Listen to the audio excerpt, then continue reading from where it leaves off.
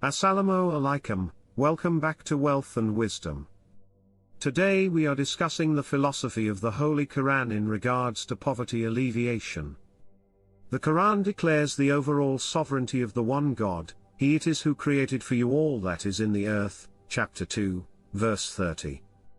It rejects the idea of any single human being or any particular class of humans having the exclusive right on the available natural resources.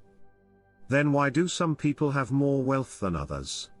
The Holy Quran explains that it is only a favor, a blessing, and a test from God, who has ordered that your wealth be spent in an equitable and just manner and those less fortunate be given their due share.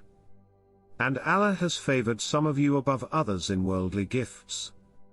But those more favored will not restore any part of their worldly gifts to those whom their right hands possess, so that they may be equal sharers in them. Will they then deny the favor of Allah? Chapter 16 verse 72. The Quran promotes the idea of brotherhood amongst believers as a tool to reduce the social and economic inequalities in society. Surely all believers are brothers. So make peace between brothers and fear Allah that mercy may be shown to you. The concept of brotherhood is further defined in the following verse, and help one another in righteousness and piety, but help not one another in sin and transgression, chapter 5 verse 3. The Quran promotes the concept of family empowerment as against the westernized idea of the empowerment of women, and of everything have we created pairs, that you may reflect, chapter 51 verse 50. It further declares that both men and women are equal in terms of work and financial rewards, and covet not that whereby Allah has made some of you excel others. Men shall have a share of that which they have earned, and women a share of that which they have earned. And ask Allah of His bounty. Surely, Allah has perfect knowledge of all things, chapter 4 verse 33. Chapter 53, verse 40 of the Quran encourages Muslims to work hard to meet their daily needs. It also directs believers not to hoard money in terms of gold and silver, but to invest and circulate money in the economy to generate more jobs. The Quran says, and whatever you spend, He will replace it, and He is the best of the providers, chapter 34 verse 40. The Quran further defines the rules to spend money, i.e. forbidding hoarding as well as extravagance and wastefulness. Interest is prohibited by Islam in the Quran. The ideas of trade and charity are promoted as alternatives to help others. The rationale behind these teachings is to encourage positive economic activities and discourage earnings gained merely through interest, without a person making any real efforts of his/her own. In other words, without any proof of work.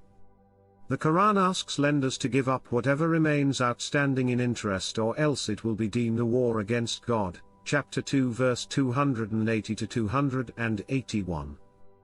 As an alternative to income generated from interest, the Quran encourages believers to adopt legitimate trading practices. Allah has made trade lawful and made interest unlawful, chapter 2 verse 276. The Prophet Muhammad, peace be upon him, was once asked, which are the best forms of income generation? He replied, a man's labor and every legitimate sale. Believers are asked to pay charity if they truly desire the blessings of God. Allah will abolish interest and will cause charity to increase.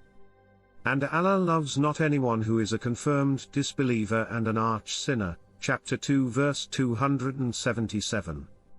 Charity reduces the level of inequality in society. Money is transferred from the rich to the poor, who borrow mainly for subsistence purposes. It can be argued that charity is more beneficial than economic inefficiency resulting from a reduction in the availability of funds to supply to the poor. Islamic jurists sometimes confuse the idea of trade as the only viable alternate to interest, without keeping in mind the economic condition of the borrowers and the purpose of the amount borrowed. Loans are generally divided into two broader categories: consumption loans and productive loans. People either take loans for consumption purposes or for productive purposes. The Islamic concept of trade only applies in the case of productive loans. Here one can raise the question that is it justifiable to share profit with the poor who are barely able to meet their economic needs? The Quran provides the solution to this problem. It promotes the idea of Qadi Hasana, an interest-free loan. If you lend to Allah a good loan, He will multiply it for you, and will forgive you, and Allah is most appreciating, forbearing. Chapter 64 verse 18. Just and proper distribution of wealth is another instruction of the Quran which clearly defines rights and ways to divide the property of a deceased relative among the legal heirs.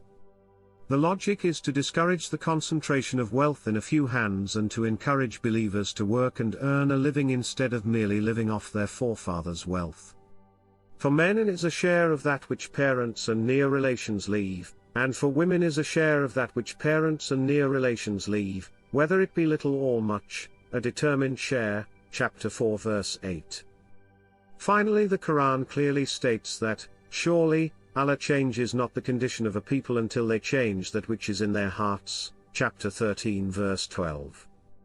The Quran further advises believers to try and generate funds entirely on the concept of local philanthropy rather than relying on foreign aid and donations, thus becoming self-sufficient. On the other hand, it is widely believed that in developing countries, the demand for credit and credit-related services far exceeds supply among the poor. If we were to follow the comprehensive guidance provided by the Holy Quran, there would be less disparity between the rich and poor, greater social cohesion, less tension, and it is highly likely that the local impact of global credit crunches could be minimized, as the financial structure would not be tied to the system of interest prevalent in global financial markets. If you learned something, don't forget to like and subscribe. Until next time, Assalamu alaikum.